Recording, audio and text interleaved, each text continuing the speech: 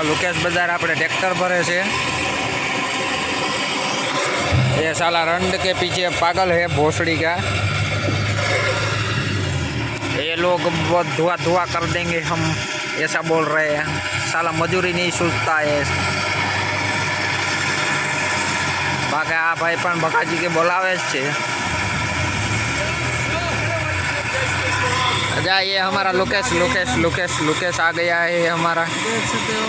इसको बोल दो हमारे चैनल को सब्सक्राइब कर ले। सब्सक्राइब करो, लाइक कमेंट और शेयर कर दे सब लोगों को, और सबको बोलना सब्सक्राइब करें। यार ये देख सकते हो ये दोनों, ये बुलडोजर वाला है, ये साला लग्जरी वाला, उसका टायर फट गया था।